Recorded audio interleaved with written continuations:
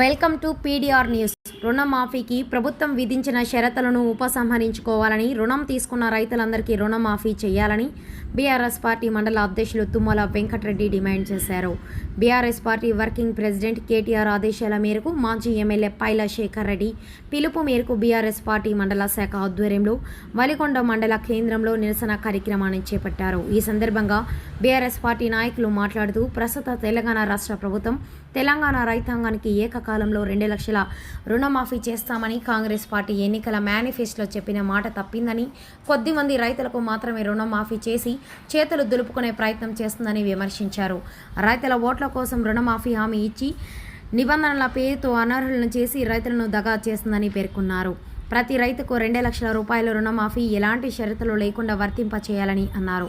Ration card పేరుతో, IT పేరుతో, ఉద్యోగస్తుల పేరుతో భార్యాభర్తను వేరు చేసే తలా 1 లక్ష ఇలాంటి షరతులతో రైతులను పథకానికి దూరంగా ఉంచేందుకు ప్రయత్నిస్తుందన్నారు.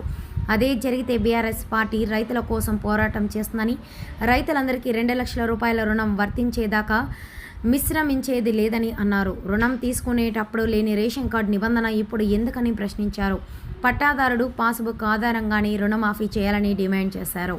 ఈ కార్యక్రమంలో మాజీ జెడ్పీటీసీ మొగుళ్ళ శ్రీనివాస్, మాజీ రైతు బంధు మండల కోఆర్డినేటర్ పడమటి మమతా నరేందర్ రెడ్డి, మాజీ మత్స్యగిరి గుట్ట చైర్మన్ మొద్దుసాని కిరణ్ రెడ్డి, మహిళా విభాగ మండల అధ్యక్షురాలు మద్దెల మంజుల నాగరాజు, పట్టణ అధ్యక్షులు ఎన్డీ అఫ్రోజ్, మోటో నరసింహ, ఏనుగు అంజిరెడ్డి, మీసాల శేఖర్, పసల అన్నమేరి, వంగాల భిక్షాపతి, కొమరెల్ల బాలకృష్ణారెడ్డి, బొడ్డుపల్లి కృష్ణ, కిరసల్ల సత్తిరెడ్డి, గంగారం రమేష్, ఢిల్లీ మల్లారెడ్డి, చేగూరి గోపాల్, నాగెల్ల యాదగిరి, పెద్దింటి సత్తిరెడ్డి, కొండూరు వెంకటేశం, వరుగంటి స్వామి, పోలేపాక భిక్షాపతి, పోలేపాక సత్యనారాయణ, ఎడవెల్లి శాంతి కుమార్, బోడేగి లింగస్వామి, కంచమల్ల శేఖర్, రామరెడ్డి, సురేష్, బెల్లి నరసింహ, కూచిమల్ల సుధాకర్, బుగ్గా మల్లేశం, మర్రి వెంకన్న, అంజయ్య తదితరులు నాయకులు కార్యకర్తలు పాల్గొన్నారు.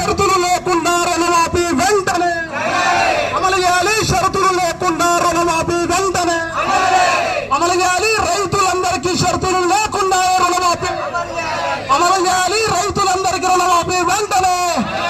మార్పు మార్పు అంటే మీరు, మార్పు మార్పు అంటే మీరు, మార్పు మార్పు అంటే మీరు.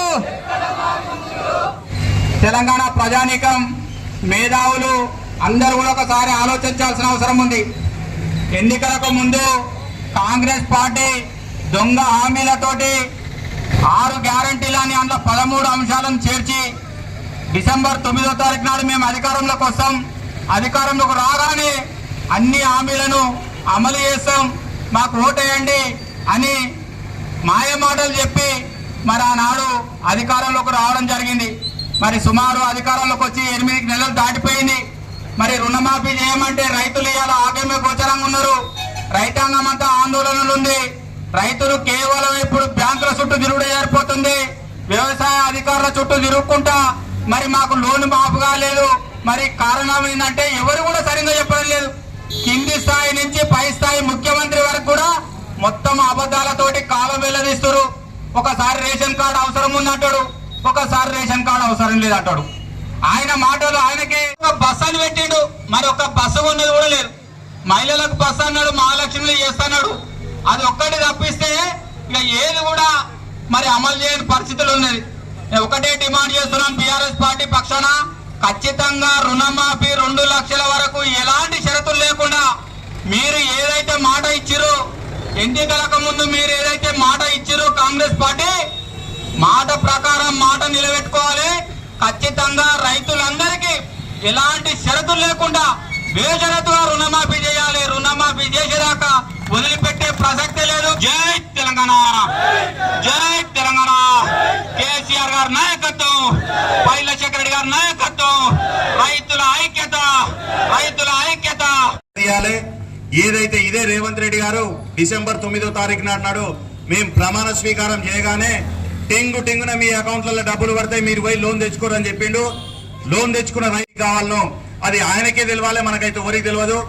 రుణమాఫీ చేయాలని చిత్తశుద్ధి ఉన్నట్టయితే రేషన్ కార్డు తోటి సంబంధం లేకుండా దేనితోటి సంబంధం లేకుండా భూమి ఉన్న ప్రతి రైతు తెచ్చుకున్న లోన్ అందరికి కూడా మాఫీ చేసి ఆయన చిత్తశుద్ధిని నెరవేర్చుకోవాలి. అదేవిధంగా ఏదైతే అబద్ధపు హామీలు చెప్పి అధికారంలోకి రావడం జరిగింది, ఈ రోజు వాళ్ళు చెప్పిన హామీలలో జరిగిన హామీ అమలు ఒకటి ఏంటంటే ఫ్రీ బస్సు తప్ప వేరే ఏది కూడా జరగలేదు.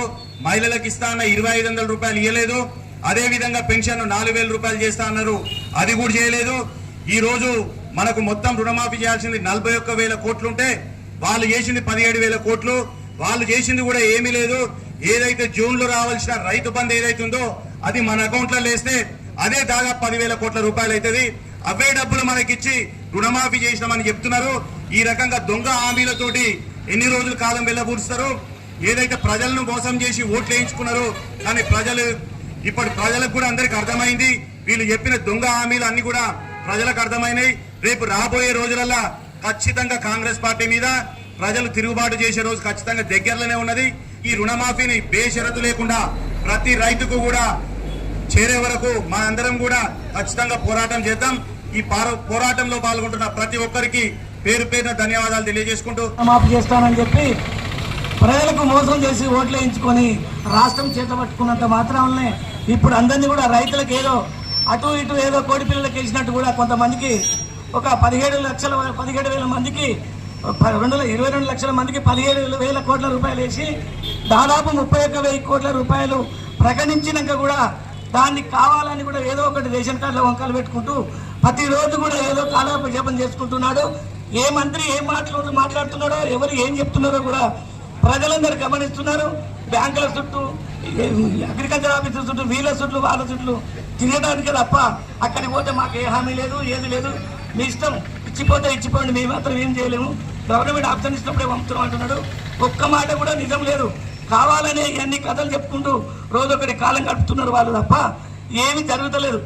ఏ షరతులు లేకుండా 2 లక్షల రుణమాఫీ ఖచ్చితంగా రేవంత్ రెడ్డి చేస్తేనే రైతులు గుర్తిస్తారు. లేకపోతే శ్రామిక సంస్థలలో ఒక్క సర్పంచ్ కానీ ఎంపీటీసీ కూడా గెలవడు. ఆయన ఏదో చెప్పుకుంటున్నాడు.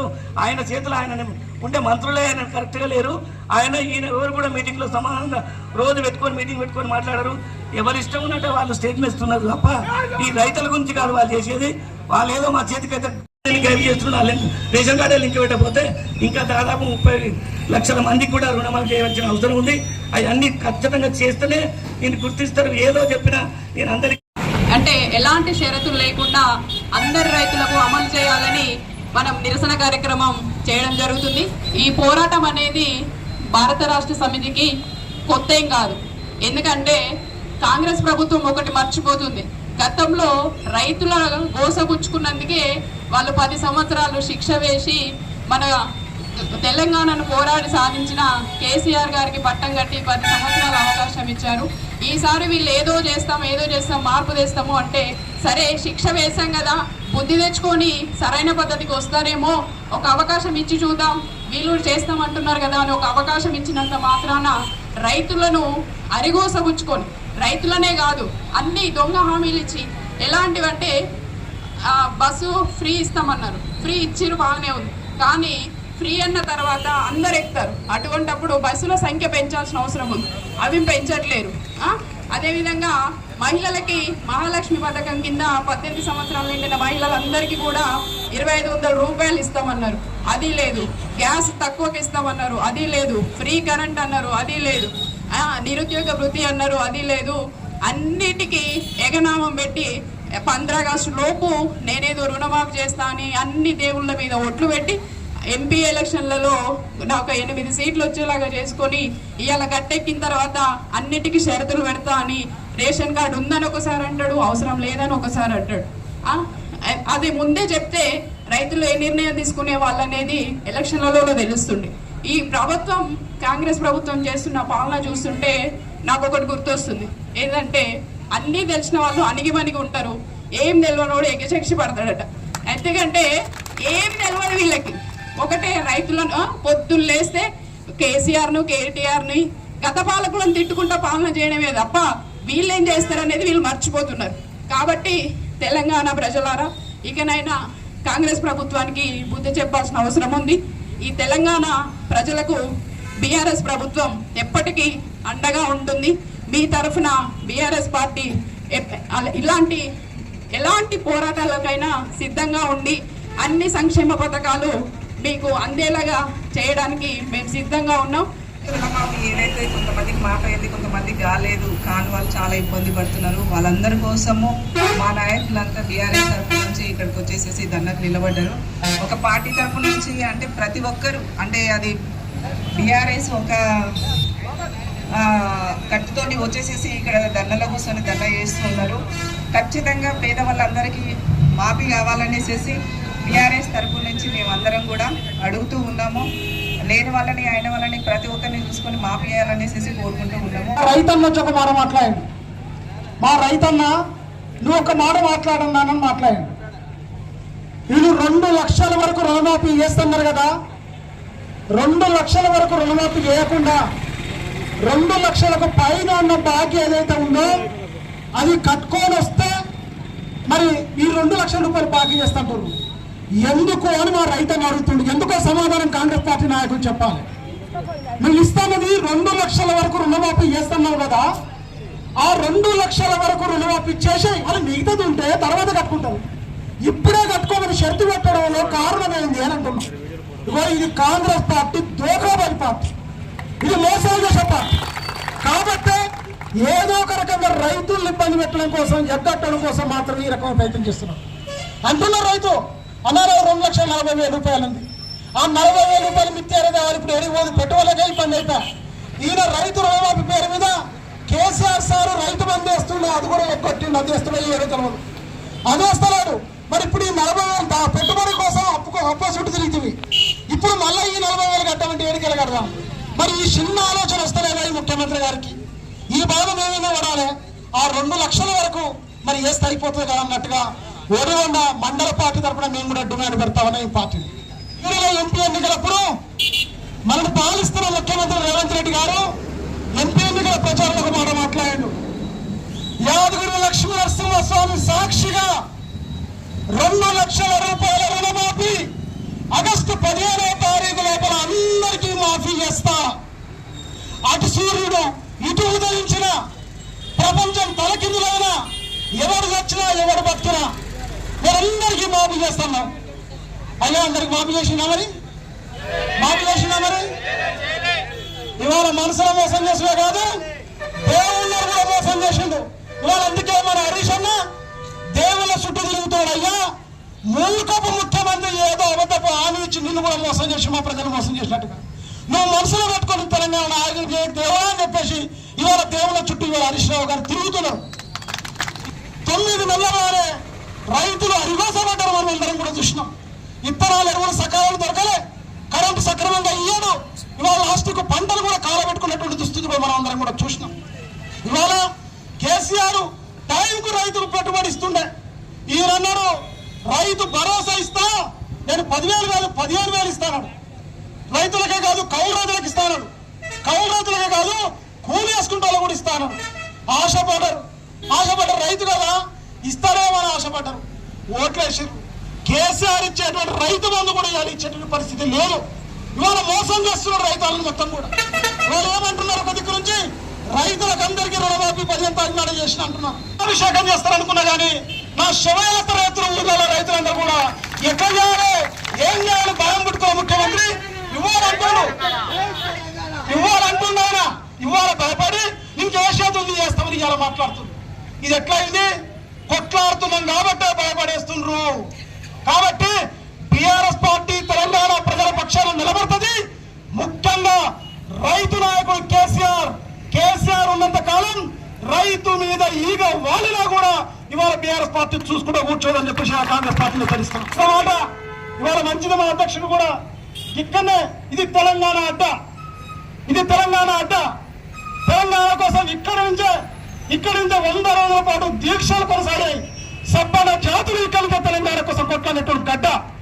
ఇక్కడికి కొట్లాడే తెలంగాణ వచ్చాం బిడ్డ. మిమ్మల్నే కాదు, ఢిల్లీ పాలకుల మెడలు వంచి తెలంగాణ తెచ్చిన వాళ్ళం. నువ్వు పెద్ద కథ కాదనే విషయం చెప్పదలుచుకున్నావు.